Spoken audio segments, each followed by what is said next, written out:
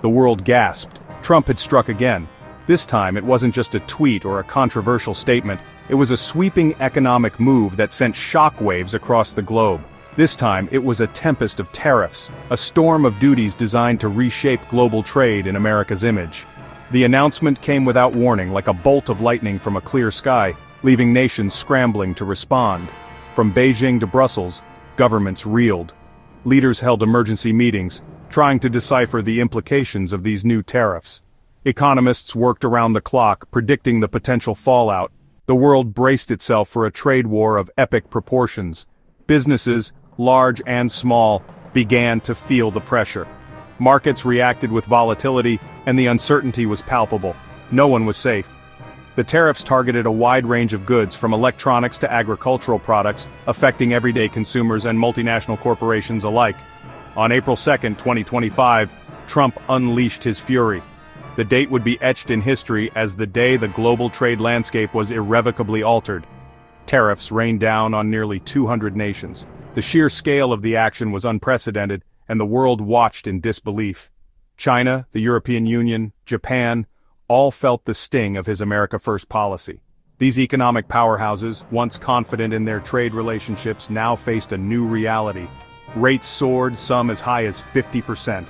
The financial markets were in turmoil, with stocks plummeting and currencies fluctuating wildly. The message was clear: the era of free trade was over. The global economy was entering uncharted waters, and the rules of the game were being rewritten. Trump was rewriting the rules of the game, and the world watched in stunned silence. His bold move had set the stage for a new era of economic nationalism, and the repercussions would be felt for years to come. Amidst the chaos, two countries breathed a sigh of relief: Mexico and Canada. For a moment, it seemed like they had dodged a bullet. The new wave of tariffs and trade restrictions that had sent shockwaves through the global economy appeared to have bypassed them. Celebrations erupted in the streets, and there was a palpable sense of relief among the citizens and business communities of both nations. Trump, it seemed, had spared his North American neighbors from the full brunt of his wrath.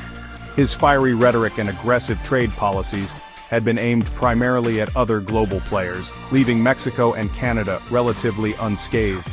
This was seen as a diplomatic win for the leaders of these countries, who had worked tirelessly to maintain good relations with the U.S. administration. They were exempt from the new reciprocal tariffs. This exemption was a significant relief for businesses that relied heavily on cross-border trade.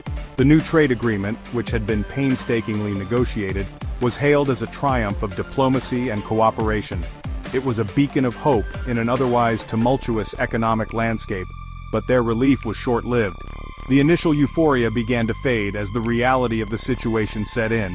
The global economic environment was still fraught with uncertainty, and the ripple effects of the trade wars were beginning to be felt. Stock markets wavered, and business leaders started to express concerns about the long-term implications. A dark cloud still hung over their economies. Despite the exemption from the new tariffs, the underlying issues that plagued the global economy were still very much present. Factories faced disruptions, production lines slowed down, and businesses struggled to navigate the uncertain terrain. The sense of unease was palpable, and the initial relief gave way to a more somber reality. The 25% tariff on auto imports, a relic of Trump's earlier trade battles, remained firmly in place. This was a significant blow to Mexico, whose auto industry was deeply intertwined with the U.S. market. The auto sector, a cornerstone of the Mexican economy, faced significant challenges as it tried to adapt to the new normal. This was a blow to Mexico, a country whose auto industry was deeply intertwined with the U.S. market. The tariffs made it more expensive to export cars to the U.S., leading to increased costs for manufacturers and higher prices for consumers. The impact was felt across the supply chain, from factory workers to business owners. Mexican President Sheinbaum and Economy Secretary Ebrard put on a brave face. They addressed the nation, emphasizing the strength of the Mexican economy and the resilience of its people. They highlighted the close ties with the U.S. and the ongoing efforts to mitigate the impact of the tariffs. Their speeches were filled with optimism and determination. They touted their close ties to the U.S., claiming a diplomatic victory. The leaders pointed to the successful negotiations and the strong relationship with their northern neighbor as evidence of their effective governance. They assured the public that they were doing everything in their power to protect the Mexican economy and secure its future. But behind the smiles, there was a growing sense of unease. The reality of the situation was far more complex and challenging than the optimistic speeches suggested. Behind closed doors, officials grappled with the economic fallout and the difficult decisions that lay ahead. The future was uncertain, and the path forward was fraught with challenges. The Mexican auto industry shuddered. The 25% tariff, a sword of Damocles, now hung heavier than ever. Cars that were once competitively priced were suddenly thrust into the realm of luxury goods. Factories, once humming with activity, faced the threat of closure. Jobs were on the line. The U.S. market, once a thirsty consumer of Mexican-made vehicles, was now a fortress, its gates barred by Trump's tariffs. The pain was immediate and acute. The livelihoods of countless Mexican families hung in the balance. The auto industry, once a symbol of Mexican pride, was now a pawn in Trump's trade war. But Mexico was not about to roll over. Ebrard, a seasoned diplomat, flew to Washington ready to fight for his country's interests. He had 40 days to reason with the unpredictable Trump, 40 days to secure a better deal for Mexico. Meanwhile, President Sheinbaum, a picture of calm amidst the storm, rallied her nation. She announced a series of bold measures. Domestic production of key goods, steel, aluminum, pharmaceuticals, would be ramped up.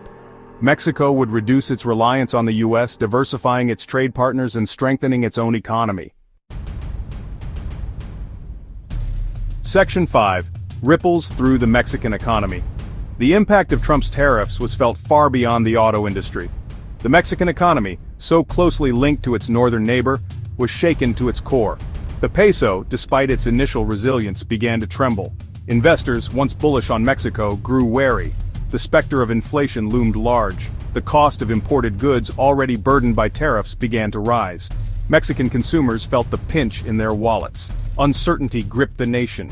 Would Sheinbaum's plan work? Could Mexico weather the storm? Section 6. Echoes of trade wars past. In the annals of history, trade wars have often been the silent harbingers of economic turmoil and societal upheaval. They are the echoes of past decisions, reverberating through time, reminding us of the delicate balance that global economies must maintain. History, that cruel teacher, offered a sobering lesson. It is within the pages of these old, weathered books that we find the stories of nations grappling with the consequences of protectionism and isolationism. The classroom, with its globe and maps, serves as a reminder of the interconnectedness of our world. Trade wars, like all wars, leave only scars. These scars are not just physical but also economic and social, affecting generations. The battle-scarred landscapes are a testament to the conflicts that have shaped our history, and the remnants of old war artifacts tell tales of strife and struggle. The 1930s, a decade marred by protectionism, offered a stark warning. The streets, bustling with old cars and people, soon gave way to scenes of desperation. The breadlines, stretching endlessly, were a grim reminder of the economic hardships that ensued. People, once hopeful, now stood in line, their faces etched with despair. The Smoot-Hawley Tariff Act, a desperate attempt to protect American jobs, had backfired spectacularly. Political rallies of the time were filled with fervent speeches and promises of economic revival. Yet, the legislative buildings where these decisions were made became the epicenters of policies that would lead to unintended consequences. It had triggered a global trade war, deepening the Great Depression and spreading misery far and wide. The long breadlines and empty market stalls were not just scenes of local despair, but symbols of a global economic downturn. Shops closed, markets emptied, and the ripple effects were felt across continents. Trump's actions, eerily reminiscent of that bygone era, threatened to unravel decades of global cooperation. Modern political rallies with their banners and protests echoed the sentiments of the past. The signs against tariffs were not just about current policies, but a plea to learn from history and avoid repeating the same mistakes. The General Agreement on Tariffs and Trade, painstakingly crafted after World War II to prevent another trade war, was now under threat. The United Nations building and international trade conferences symbolized the efforts made to foster global cooperation. These institutions, born out of the desire to prevent another economic catastrophe, now face challenges that threaten their very foundation. Section 7, a new trade order. The world held its breath. Would this be the start of a new era, an era defined by protectionism and economic nationalism, or would cooler heads prevail? The stakes couldn't be higher. Trump, the self-proclaimed master of the art of the deal, seemed determined to rewrite the rules of global trade. But Mexico, under Sheinbaum's steady hand, was proving to be a formidable opponent. The world watched, captivated by this high-stakes game of economic chess. Section 8. The Art of the Deal, Mexican Style. Ebrard, armed with facts and figures, engaged in a delicate dance with his American counterparts. He knew that Trump respected strength, not weakness. Mexico, he insisted, was a partner, not a pushover. They would negotiate, yes, but they would not be bullied. Behind the scenes, Mexican diplomats worked tirelessly, building alliances with other nations targeted by Trump's tariffs. The message was clear: the world was stronger together. Trump's attempt to isolate his opponents was failing. Section 9. The Future of U.S.-Mexico Trade, a Tightrope Walk. The future of U.S.-Mexico trade relations hangs in the balance. Trump's tariffs have shaken the foundations of a partnership built over decades. The road ahead is fraught with uncertainty. Will Trump's gamble pay off? Will Mexico emerge stronger from this trial by fire?